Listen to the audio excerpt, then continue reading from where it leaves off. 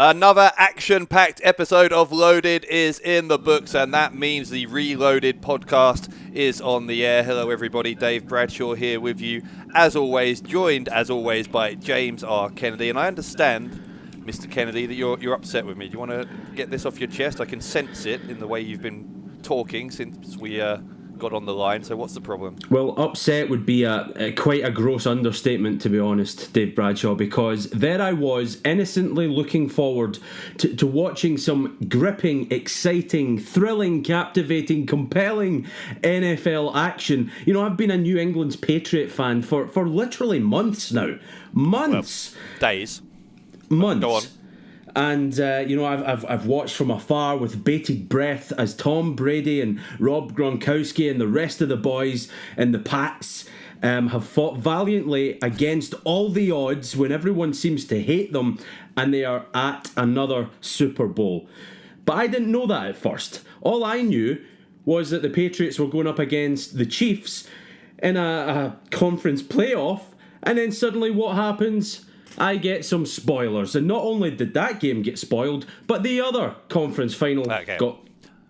All right. Go on, take the floor then. Excuse yourself. Well, I don't know how long this rant is going to last, so I thought I'd cut in for the sanity of all our viewers. We're not going to talk about American football, obviously, for very long here, but just since you've brought it up, what happened was I was up. We were recording this on Monday. I was up last night late watching the playoffs, and I text saying, "Can we record a bit later on because I'm tired because I was up late watching the Patriots win and the Rams win." And I didn't realise that you hadn't watched the game, and I apologise. But also, though, can we just address this idea that you've been a Patriots fan forever? Last time we did a taping, we did the Loaded tapings, first weekend in January, you showed up in a New York Giants T-shirt and baseball cap. And I know that happened. I remember that distinctly happening because David Starr, who is a Philadelphia Eagles fan, therefore kicked you out of the locker room. So quite how you've gone from Giants to Patriots in the course of 2 weeks is an interesting question. And what happened to the Philadelphia Eagles after that? They got knocked out of the playoffs. And that's what happens when you're a bully, Dave Bradshaw. I did not deserve to be booted from the locker room. No chance. Just because I choose to dress a certain way, that's terribly unfair. And I also want to address something else.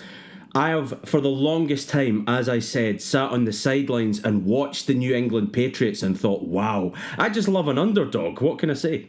You know what? Yeah, there's absolutely nothing to do with the fact that they've made the Super Bowl and you've suddenly become a fan, is it? Anyway, we've got lots to talk about. We're not going to talk about American football because this is a wrestling podcast. And in particular, it is a podcast about what has happened on this past week's Loaded. And what an episode it was. We've got lots to talk about, but I want to start off, if we can, with that breaking news about the Internet Championship match coming up at Unstoppable. Now, our general manager, General Amin, has granted a title shot to El Phantasmo. So we now know it will be the man from British Columbia, Canada, El Phantasmo, against the Internet Champion, the undeserving Internet Champion, Martin Kirby, on February 9th in Manchester. What's your reaction? How can you say that Martin Kirby's undeserving? Look at who Martin Kirby beat to become the Defiant Internet Champion. And quite honestly, I can't believe that this entire saga with El Phantasmo is still going on with the glasses. And what kind of decision is it from General Amin, the general manager of Defiant Wrestling, to decide, okay, El Phantasmo, I can't find your LED glasses, but I'll tell you what, I'm going to give you an Internet Championship match on pay-per-view. I think it's disgusting. It's no way to run business, in my opinion. But I know you're going to disagree.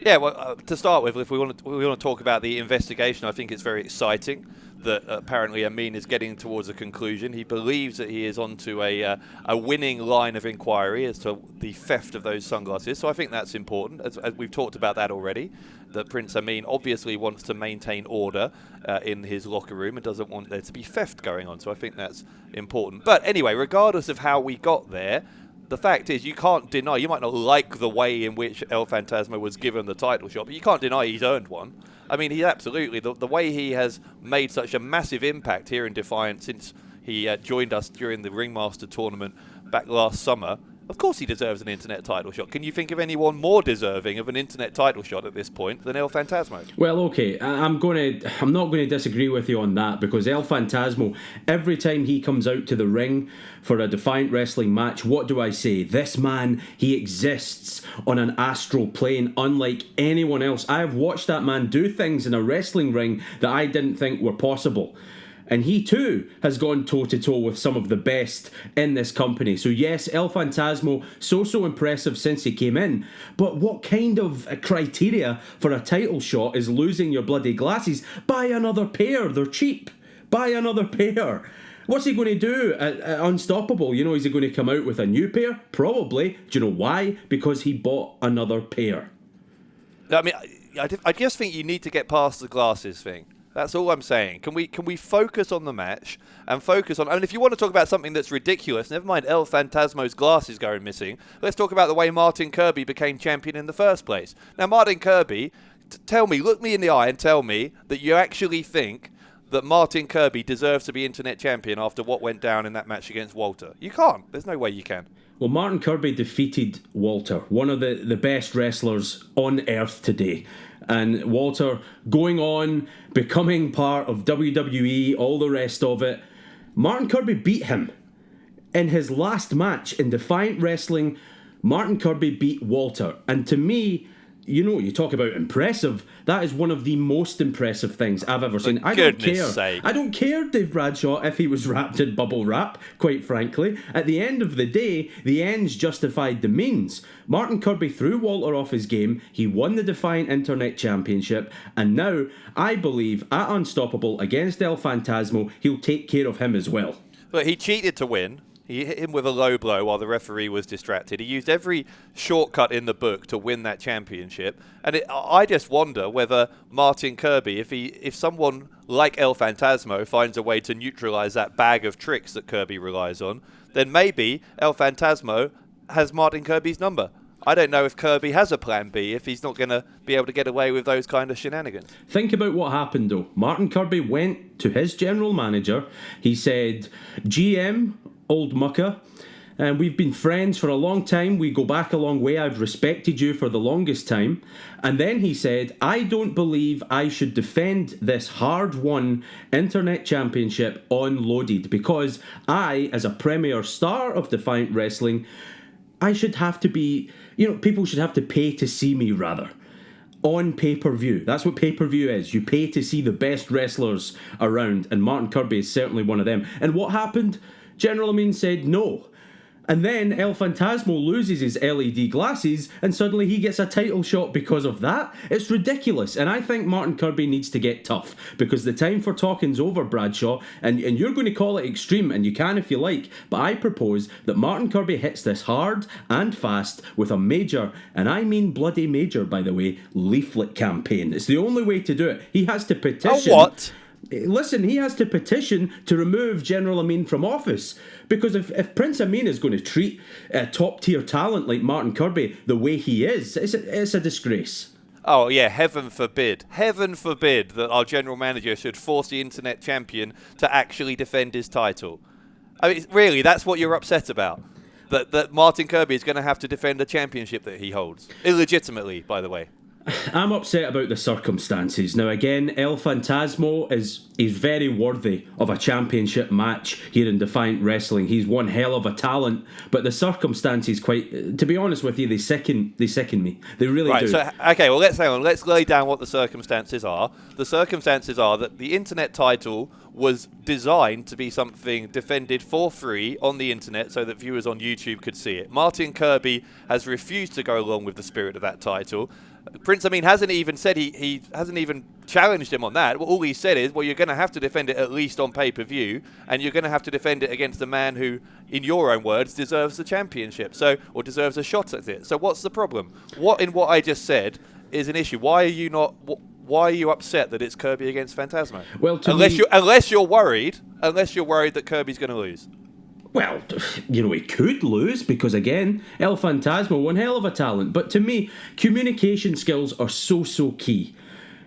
Prince Amin is, for all intents and purposes, Martin Kirby's boss in Defiant Wrestling. And Martin Kirby, as a concerned employee, came to the general manager and said, listen, for my own health and for the longevity of my championship reign, so I can compete at an elite level for you, general manager, I don't think I should have to defend this title for free. I think people should have to pay so that if anything goes wrong, at least we can sleep soundly knowing that we made some money. But no, Prince Amin just ignored that and flat out came up with some bogus rule, which Martin Kirby countered, by the way. And then hang on. Prince Amin's job is not to cater to the prima donna tendencies of Martin Kirby. Prince Amin's job is to give the fans what they want, and the fans want to see a fighting internet champion. So that's what he's delivered. I don't understand why any of this would possibly be Prince Amin's fault. Well, they're going to see a fighting champion at Unstoppable on February 9th in Manchester, that's for sure, because Martin Kirby, if he can beat Walter, he can beat El Phantasmo. Now, I know there's a counterpoint to that. El Phantasmo, a very, very different kind of athlete to Walter, and he has every chance of becoming internet champion himself. But I think one thing we can agree on, Dave, one hell of a match. I'm not going to dispute that. Again, it's just the circumstances that I can't stand. Well, regardless of how the circumstances came about, it is going to be Martin Kirby against El Phantasmo. It's going down at Unstoppable on February the 9th. There are tickets still available, by the way, if you want to join us at the Manchester Academy on Saturday, February the 9th. Tickets available at wearedefiant.com/tickets. We also, by the way, have tickets available for our next set of loaded tapings, which take place the following week in Newcastle. So if you want tickets for that as well, same address, wearedefiant.com/tickets. Now, let's go back to another major development that happened this week on Loaded. A major surprise in my book, actually, and that was Omari. Omari with a career best win over the professional Nathan Cruz after Omari called him out. Omari demanding this match after Cruz, of course, assaulted him back in the locker room area a few weeks ago. I thought, and I said last week, that Omari may have bitten off more than he could chew here, but he proved me wrong, he proved everyone wrong. He did. Myself included, because, you know, I think it says a lot as well. Nathan Cruz actually left the ring. He took your chair and attempted to use it to put Omari away. Now, obviously, that would have resulted in a disqualification, but at that point, I think the professional was so frustrated, he just wanted to beat the hell out of Omari. And it didn't work, because Omari managed to roll up Nathan Cruz and get that shock 3 count. Cruz couldn't believe it, neither could I. I know you were shocked, although you seemed more concerned about getting your chair back, which I think's a bit wrong of you, to be honest, because considering how far Nathan Cruz has come as a professional wrestler over the past decade, I know you personally have been there for a lot of chapters in that journey, and all you could think about was yourself. But anyway, Omari, so impressive since debuting in Defiant, but Nathan Cruz is a veteran and he clearly took his eye off the ball. He wanted to inflict more damage on Omari. It didn't quite work. Could this be, Dave Bradshaw, here's a question for you, could this be the springboard that Omari needs to go on to bigger and better things, perhaps championship gold in Defiant Wrestling? Well, first of all, let me address this thing about the chair. Obviously, I wasn't concerned about myself having a chair. I was concerned about Nathan Cruz using a steel chair illegally on Omari, in particular given what Cruz had done to Omari a few weeks previously, where Omari had ended up in the hospital as a result of that assault from Cruz. So let's clear that up. But in answer to your question, yeah, it could be. I mean, we've been saying for a while now that Omari has the potential to be one of the breakout stars here in Defiant in 2019, and that clearly has never been more true than it is in the wake of this victory over Nathan Cruz last Sunday. I do think, though, that this won't be over as far as Cruz is concerned. Now, we know that Nathan Cruz is going to be in singles action this coming Sunday on Loaded. He's going to be going one-on-one with man like Derice. I would suggest to Derice it might not be the best time to face the professional, because I would think Cruz is going to be in a very, very foul mood. No doubt. If you're man like Derice, you take a leaf out of Martin Kirby's playbook and you turn up there wrapped in bubble wrap or cotton wool or anything, or just get the hell out of Dodge, because the professional is going to be seriously pissed. Now listen, as for Omari, what a win for him, as we've said. Huge. Massive, gargantuan. But on the flip side of that, it could be the worst thing he's ever done, because this could almost wake the beast inside Nathan Cruz. You know, this is what Cruz has been talking about. He feels that this new generation of UK wrestlers have come along, they're entitled, they're almost pushing him onto the back burner, and he's not going to stand for it. Now with this loss, this is going to send him over the edge. And think about what would happen to Nathan Cruz, his psyche, if man like Darius could somehow pick up the win. Well, yeah, I mean, and that is a possibility, because Cruz needs to be careful his temper doesn't get the better of him, I think. You know, that is a danger with Nathan Cruz. As you said, I've known Nathan Cruz a long time. And if there's one thing I'll tell you about Nathan Cruz, other than the fact that he is a very well-established and very skillful professional wrestler, the other thing I would tell you is that he has a very short fuse. And that is why, you're right, I mean, Omari does need, at this point, to be looking over his shoulder, because Cruz will not accept that. He will not accept a loss to someone who he considers not in his league, and he will do everything he can. I mean, look what he did to Omari when he felt even vaguely threatened by Omari, just through Omari being in Defiant before they'd even had a match. You saw what Cruz did to Omari, putting him in the hospital. Imagine what Cruz wants to do to him now. Oof. Now that Omari has a 3-count victory over him. So we'll see what kind of mood Cruz is in this Sunday, but I have a suspicion it won't be a good one. But that's that's the price you pay for success, I guess. You know, if Omari wants to be a top guy here in Defiant, well, the top guys inevitably have targets on their back, and he's going to learn that pretty quickly, I think, having messed with Nathan Cruz. You know, I think it's the right thing for him to do. Obviously, I'm not suggesting it was a bad thing for his career to have beaten Cruz, but that does up the stakes for him considerably in the weeks ahead.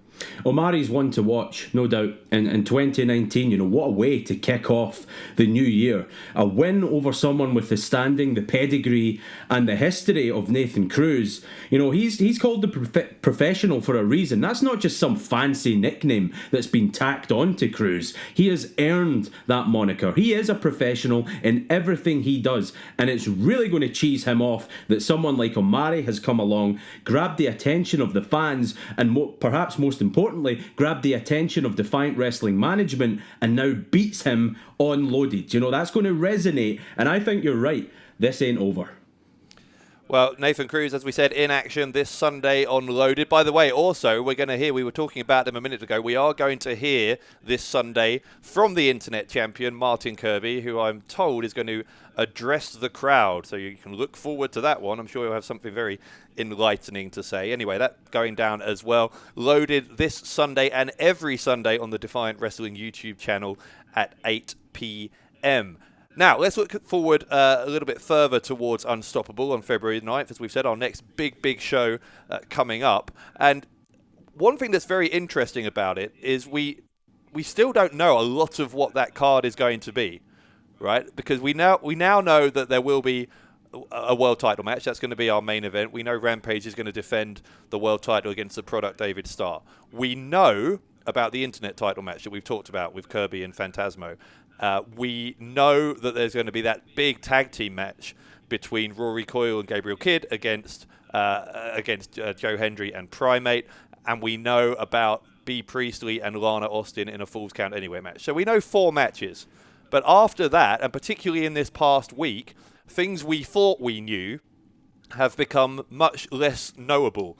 After that main event, great main event this week on Loaded between Lucky Kid and John Bad Bones Klinger, you saw at the end of that it seemed like Klinger was going to be going one-on-one with Ilja Dragunov at Unstoppable, but as you saw also with the notice at the end of the show, since that was filmed, Dragunov has had to pull out due to contractual obligations elsewhere, so we don't know who Klinger's opponent is going to be at Unstoppable. Well, what does this mean? You're right, because for Bad Bones, from his perspective, yes, he didn't look too thrilled about going one-on-one with Dragunov, but he was promised a pay-per-view payday. You know, these don't come easy in Defiant Wrestling. And John Bad Bones Klinger, a former Ringmaster champion, a former #1 contender for the Defiant World Heavyweight Championship, he would have been relishing the chance to go one-on-one with one of the best on pay-per-view at Unstoppable. It's now not going to happen, as you said, contractual obligations with Dragunov.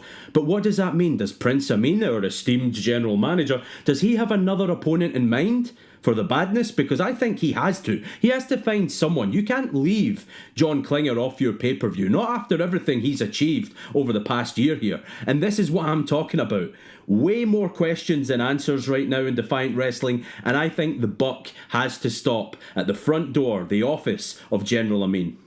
Well, another match that we did have, we thought we had confirmed for Unstoppable, was the tag team title match. Aussie Open was supposed to defend against CCK in Manchester. That's now been thrown into considerable doubt as well. Unfortunately, Kid Lycos of CCK suffered another injury at a Progress show this past Sunday, so we wish Kid Lycos well, obviously, with his recovery and what's been a frustrating period of time in his career. But that does mean that Chris Brooks is again without his regular partner, so I don't know at this stage what happens to that tag title match. I don't know whether Brooks brings in another temporary partner like we've seen him do on a number of occasions, whether Aussie Open get the night off, or whether an entirely new team gets drafted in to challenge Aussie Open at Unstoppable. What's your thoughts on that? Well, here's the thing.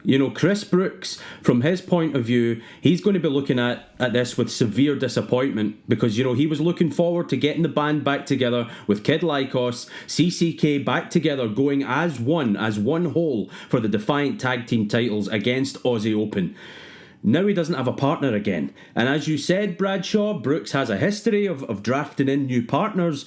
Is he going to do that again? I can't answer that question. One thing I can tell you is he can't go into this unarmed. There's no way Chris Brooks can expect to go 2-on-1 with Aussie Open and expect to win because Mark Davis and Kyle Fletcher, they're just too good for that. And again, I hate to harp on about our general manager, but instead of looking for some silly glasses and undermining his talent at every turn, maybe, just maybe, his time could be better spent looking for a partner for Chris Brooks, looking for a new opponent for John Bad Bones Klinger, looking for ways to make sure that Unstoppable is one hell of a pay-per-view, which, granted, the 4 matches we have scheduled, they make for one hell of a show, don't get me wrong about that, but General Amin, there's so much more in the tank. It's up to you. You're the boss around here. Sort it out. All right, well, we'll see what happens as we get closer and closer to Unstoppable. We have, just 2 more episodes of Loaded to go before that big show at the start of February. Why don't you tweet us and let us know what you think about whose opportunity this could be? Dragunov out now, Kid Lycos out. Who will step into those voids and seize that mantle and maybe make a name for themselves at Unstoppable with those chances that are opening up? You can tweet us, as always, at DefiantRes. That's Defiant, WRES. Use the hashtag WeAreDefiant to join the conversation. Now, on that note, before we go today, we put out a request earlier in the week for any questions that you guys had listening to us that you'd like us to address on this week's podcast. And you've replied in large numbers. So we're going to spend a few minutes just at the end here going through some listener questions. You up for that? Let's do it. All right. So first of all, Tom. Hello, Tom. Tom. He's at Tom656212885. He needs a more catchy Twitter handle. But his question is, which international star do you want to see debut or return for Defiant? Whoa. Well, that's a tasty one. That's a tasty one from Tom. I have to say, Bradshaw, and this is going back a bit, but you think back to that Pro Wrestling World Cup and all the international flavours we had knocking around the place, I'm going to have to go with the eventual winner of that tournament, and I'm going to have to go with Kushida. Could you imagine the matches Kushida could have with El Phantasmo, with Gabriel Kidd, with Martin Kirby, the internet champion? There's no end to the possibilities if he came back into the frame. I would love to see it. Well, I think we've been very fortunate here in Defiant and WCPW before that with that Pro Wrestling World Cup and various other international stars we've been able to bring in. If I had to pick someone who I would love to see, who hasn't come back as of yet since that World Cup. They have been back once or twice since then, but we haven't seen him in a few months. Speedball Mike Bailey. Ooh. Mike Bailey, one of the absolute best stars on the independent wrestling scene worldwide. It'd be great to see him. But we've been also quite blessed that we have had quite a few back now. Lucky Kid is back with us on a regular basis. John Bad Bones Klinger, who we've been talking about as well. So we're doing pretty well on the international stars front, but there's always obviously opportunity if someone merits it, so we'd love to see some more. All right, next question. This is from Sean Warrener. Hello, Sean. I was about to say thank you for your question, but I've just read what the question is. Why is Dave so jealous of James winning Commentator of the Year? Oh, Sean Warrener, you have become my favourite human being on planet Earth. What a wonderful question. I mean, God, when Defiant Wrestling and myself and you sent out this tweet asking for questions, did we believe for 1 second we would get genius ones like that? So go on, Dave Bradshaw. The question, read the question again, then answer it. Go on, why am I so jealous of you winning Commentator of the Year? I'm not jealous of you winning Commentator of the Year. I'm just someone who believes that any vote should be conducted in a fair way. And as I've already explained, there are multiple reasons to be suspicious of what happened in the final hours of that vote, with a sudden surge of votes in your favour. Well, as I said previously, I can't sit here in good faith, look myself in the mirror. I have mirrors everywhere in my house, by the way. I can't look myself in the mirror and say I don't deserve it. You know, I can't be blamed for my popularity. That would be ludicrous. And Dave, this is not Conspiracy Theory Hour with Dave Bradshaw. This is the ReLoaded podcast. So if you could kindly leave your bias at the door, that would be great of you.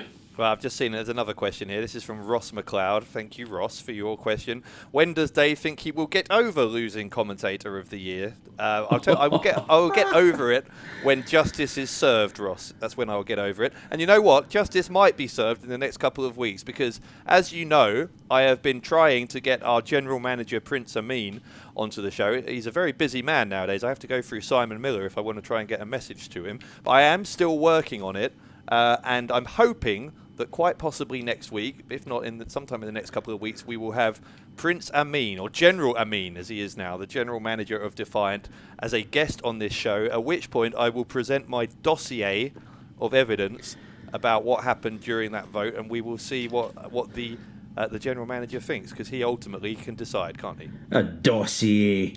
Come on now, no one puts a dossier of evidence together when it's so abundantly clear that I won fair and square. And here is a counter argument. You say Prince Amin should come on the show. I think Sean Warrener or Ross McLeod, they should come on and they should tell the world why they believe and they know that James R. Kennedy is Defiant Wrestling Commentator of the Year. And then maybe I can ask them some questions and maybe we can get a little prediction as to, who the excitement's building, Dave. Can you feel it? Who is going to be the Commentator of the Year for 2019? I have a hunch, do you? I do have a hunch. If we can correct what went wrong this time, I do have a hunch. I do have a hunch it won't be, put it that way. Anyway, let's move on and ask a more serious question. Alex Jones, thank you, Alex, for your question. Here's a better question. What's next for Pac? Oof.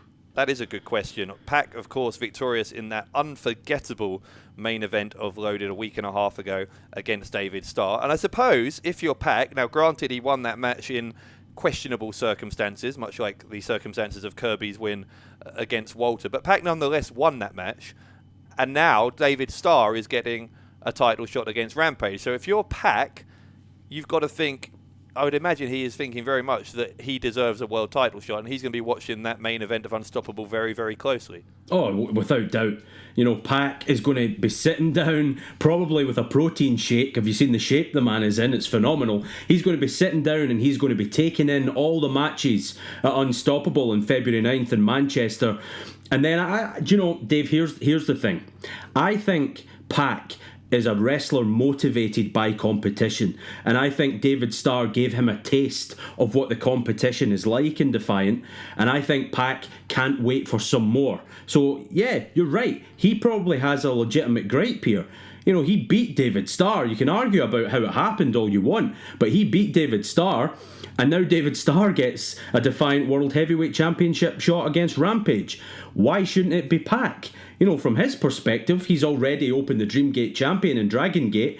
Why wouldn't he want to add the Defiant Wrestling title to his cabinet as well? So this story isn't over, no doubt about it. I think it's only a matter of time before we see Pac back in Defiant, and I can't wait for it because, those moves he does, they're unbelievable. What is it, the Red Arrow? Wow, unbelievable. To see that in person was just phenomenal. I saw it several years ago, actually, before he went to WWE, but to see it again, you forget just how jaw-droppingly spectacular that is until you see it. Anyway, we've got time for one more question. This one is from Kieran at Prestige Trio. Thank you, Kieran. It says, who do you think will be the next person to win a championship in Defiant? Gabriel Kidd. Gabriel Kidd, he's already been internet champion before, but I think the world title is in that young bull's future. I really do. Now, we did mention Amari earlier on as well, and whether or not that victory over Nathan Cruz could springboard him to the next level, possibly put him in the hunt for championships as well. They would have to be near the top of the list. Gabriel Kidd closely followed by Amari for me. Yeah, well, I think Omari, I don't go back on what I said at the start of the year, that I think Omari will be one of those guys who could find championship gold this year. I think we're looking at the second half of the year for Omari, probably, not least because I think this issue with Nathan Cruz, as we said, is far from done. El Phantasmo, I think, has a very good chance of becoming the next person to win a championship, because I do think he has a great chance against Kirby on February the 9th. And I was going to say, and we've talked about this before as well, that South Coast Connection might be up there, in terms of the tag team championships. But this change in attitude we've seen from them recently, I don't know if it's to their advantage, because when you've got that sense of entitlement that everything deserves to come your way without making any effort, and that turns out to have been their attitude all along, although we didn't know it till recently, I just wonder whether maybe they don't think they need to work hard and that the championship will just come to them. So I was saying SCC at the start of the year, but they've changed their tune, and so I'm changing mine. I'm not sure that SCC can reach the top while they've got this sense of entitlement that they now seem to have. I tend to look at it a different way. I think that the SCC have already put in the work, and I think they want to now reap the rewards of that hard graft. And I think they feel like a lot of talent does in Defiant Wrestling, that the management structure, it isn't doing anything for them. They're not getting the opportunities they deserve. All right, but let's, even if that, I don't agree with that, but even if that was correct, right, let's imagine they get just granted a title shot against Aussie Open. If they go into that with the mindset you've just described, where they think, oh, the hard work's already done, if they think it's a formality going in against our longest reigning tag champions of all time, then they're not going to win those titles, are they? So that's why I say they really need to reassess what they think they deserve, what they think they're entitled to, before they're going to come anywhere close to championship gold. If they can do that, then they could well be among the next to win a championship.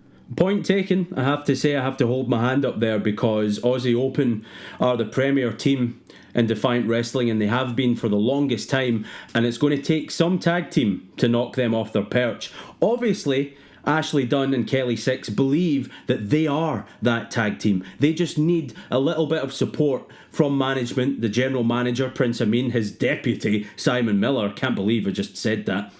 They need some support from them and thrust into the limelight. They need that opportunity, because at the end of the day, Dave, if they don't get those matches, they can't prove themselves. And I think that's the source of frustration for them as we turn into this new year.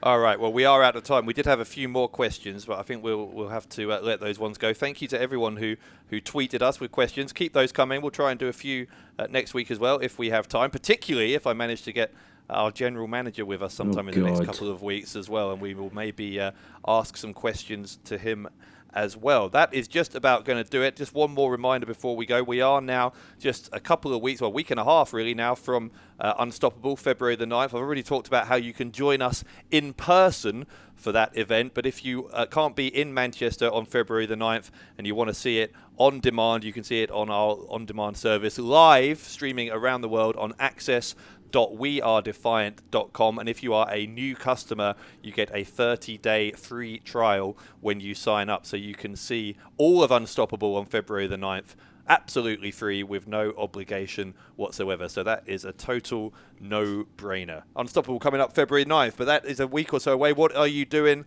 for the rest of this week as we head towards another episode of Loaded on Sunday? I'm going to be spending some time with my new girlfriend, Dave Bradshaw. Who's your girlfriend now?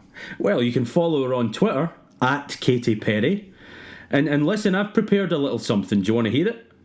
No, but I'm sure you're going to do it anyway. Well, I'm going to tell you, I've done something Bradshaw has never done. I kissed a girl and I liked it. She's a firework, Dave. You should hear her roar.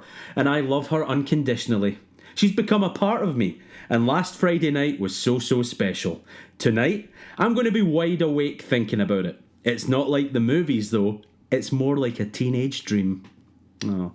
So somewhere in the middle of that, you've blended from firework into Teenage Dream. You've got some weird mishmash of two songs there, I think. What do you mean we're talking about songs? That's just the truth.